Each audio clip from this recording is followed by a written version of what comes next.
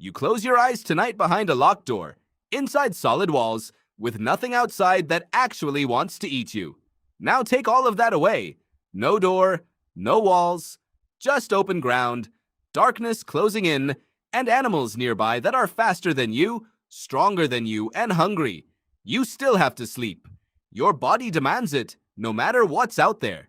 So how did anyone survive closing their eyes in a world like that for hundreds of thousands of years without simply getting picked off in the dark? How did primitive humans survive without sleep safety?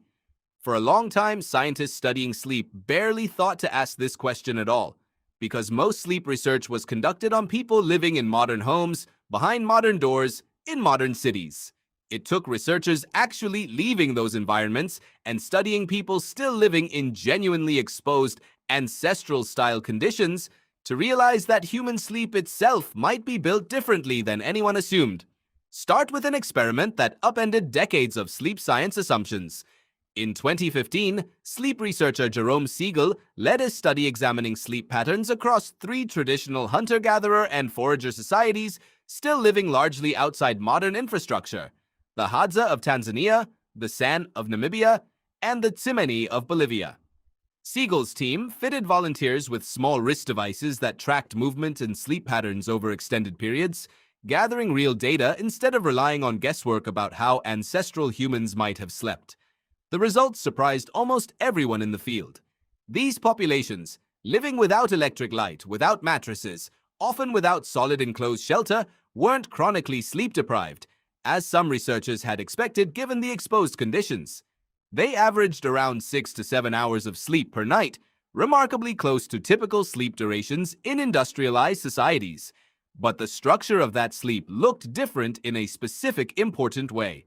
Sleep wasn't rigidly scheduled to a strict clock time.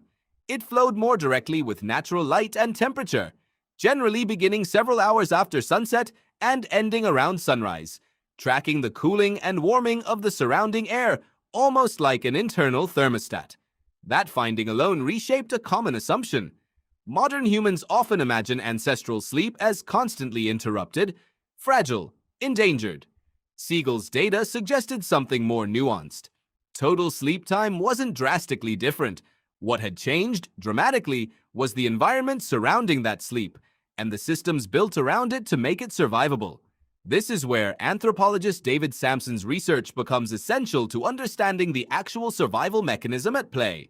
Samson has spent years studying sleep specifically among the Hadza, using both movement tracking devices and direct observation of sleeping arrangements within camp.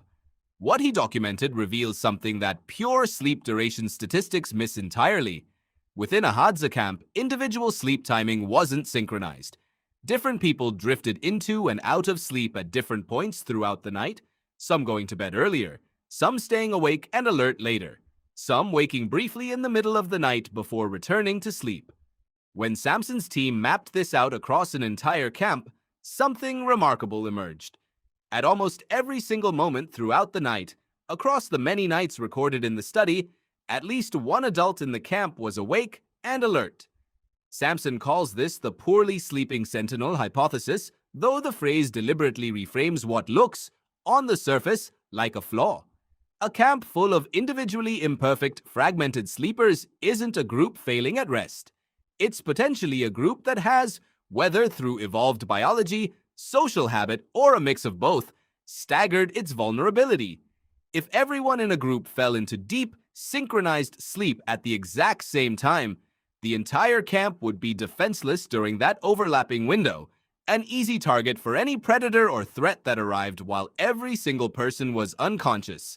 But if sleep timing is naturally staggered across individuals, someone is always awake enough to notice a sound, a smell, a shifting shadow at the edge of camp, and raise the alarm before anything gets close enough to matter. This idea connects to something anthropologist Carol Worthman has documented extensively in her broader research on sleep across small-scale traditional societies.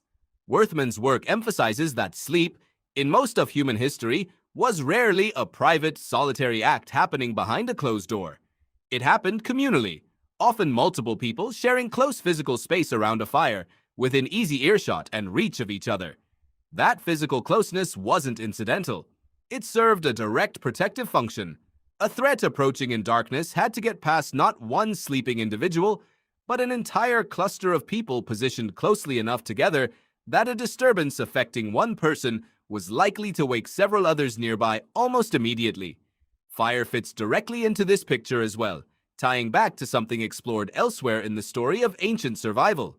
A maintained fire at the center of a sleeping group didn't just provide warmth, it provided light, and predators that hunt effectively in darkness are often far more hesitant to approach an illuminated area where their approach would be visible well before they got close enough to strike. Combine a central fire, a cluster of people sleeping in close physical proximity, and naturally staggered individual sleep timing that kept at least one person alert at almost any given moment.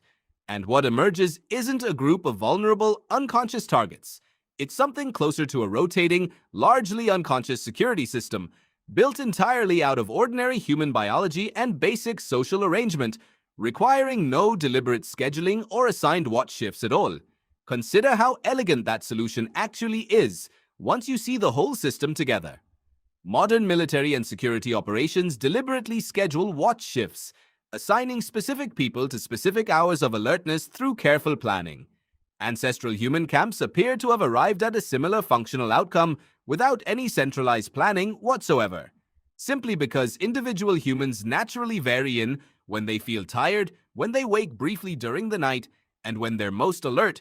A group sleeping together tends to produce exactly the kind of staggered coverage that deliberate shift scheduling is designed to achieve. The safety wasn't engineered by any single decision. It emerged from the combined, overlapping sleep patterns of everyone in the group. This also helps explain a detail that puzzles many people when they first learn about traditional sleep patterns. Waking briefly in the middle of the night, sometimes for 20 minutes, sometimes longer before falling back asleep, appears common in many of these populations, and historically may have been far more universal than the modern expectation of one long, uninterrupted 8-hour block. Rather than viewing this as disrupted, unhealthy sleep, researchers like Samson suggest it may reflect an evolved pattern where brief periods of nighttime wakefulness served a genuine protective function, a built-in checkpoint where a sleeper briefly surfaces toward alertness, takes in the surrounding environment, and either settles back to sleep if everything seems normal, or raises alarm if it doesn't. Put all of this together, and sleep in deep prehistory looks less like a dangerous vulnerability humans somehow muscled through despite the risk, and more like a carefully balanced system, refined across an enormous span of evolutionary time that made closing your eyes in the open genuinely survivable. Communal proximity reduced the number of individuals a threat could reach without detection.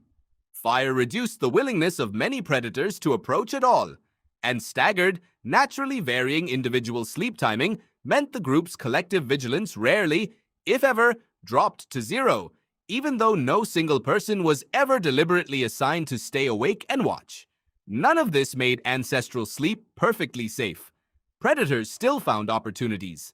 Isolated individuals, sick group members, or camps weakened by insufficient numbers were almost certainly more vulnerable than the healthy, socially intact groups these researchers primarily studied. But across the vast majority of ordinary nights, for the vast majority of history, this layered, largely unplanned system of fire, physical closeness, and staggered wakefulness appears to have been enough. Enough to let a defenseless, clawless, fangless species close its eyes in the dark, night after night, for hundreds of thousands of years, and wake up again in the morning. You close your eyes tonight behind a locked door.